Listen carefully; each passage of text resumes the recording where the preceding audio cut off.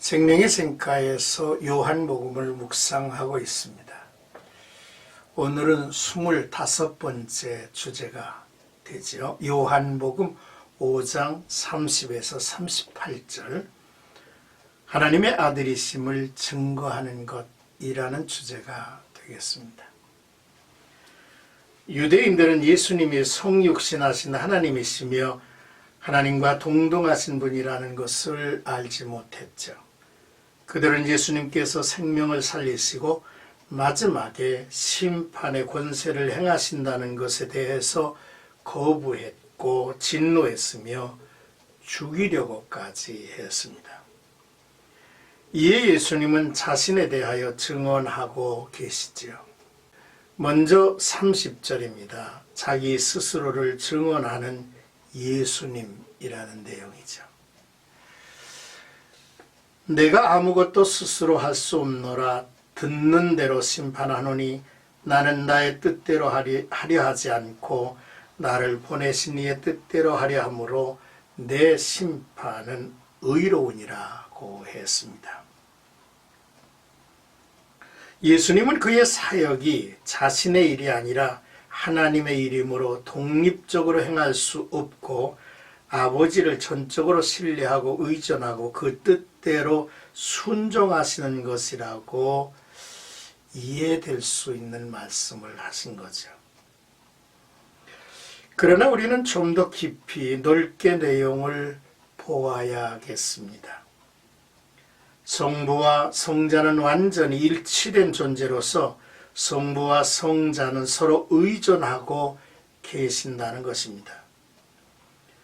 삼위의 어느 한 인격도 다른 위와 함께하지 않고 독립해서 행동하지 않는다고 했습니다.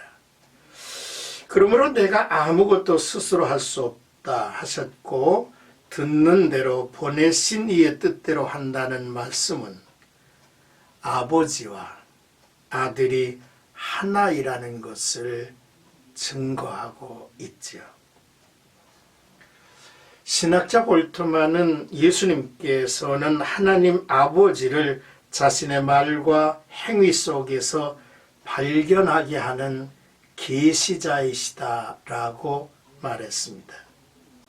듣다, 본다는 표현도 상징적이어서 성부에 대한 성자의 완벽한 의존과 일치를 말하는 것이라 했습니다. 그래서 우리가 묵상해온 대로 아버지가 일하신다, 나도 일하고 아버지가 살리신다, 나도 살리리라 하신 말씀을 우리가 주목해야 한다는 거죠.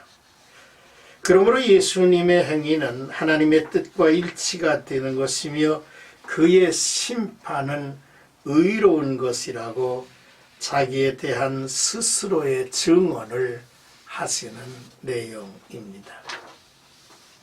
자, 이제 31절에서 34절은 요한이 진리에 대하여 증언하였느니라 라는 대목입니다.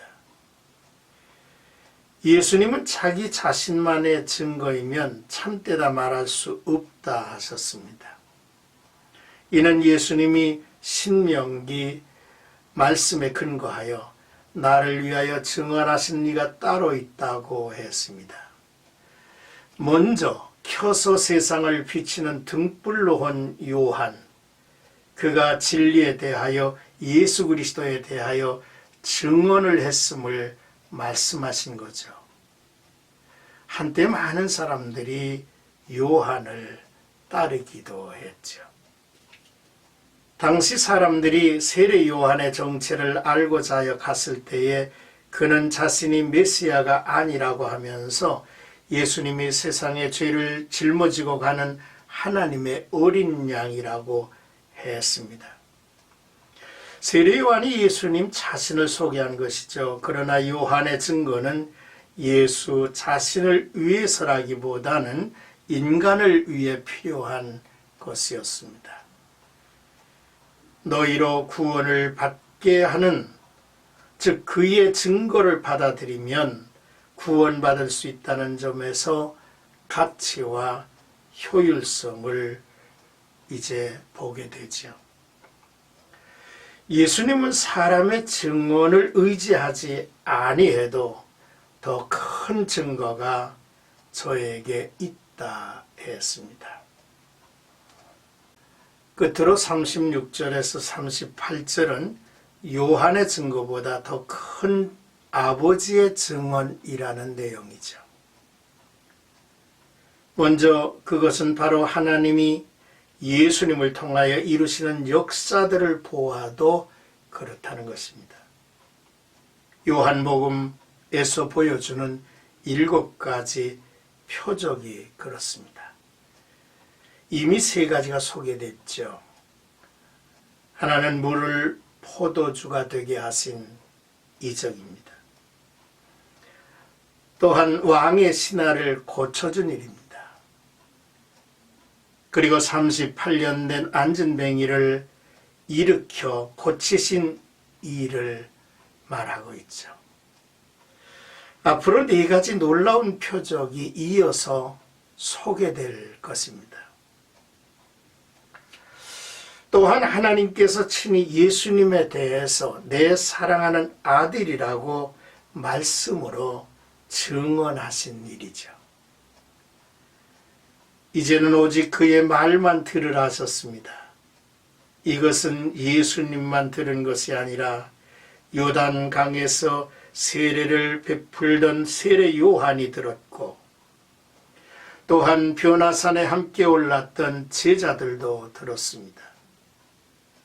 죽은 자들이 살아날 수 있는 아들의 음성의 때가 온 것이지요. 그러나 당시 죄로 오염된 유대인들은 아무 때에도 그 음성을 듣지 못하였고 그 형상을 보지 못하였다 했습니다. 예수님이 바로 하나님의 음성이시며 하나님의 형상인 것입니다.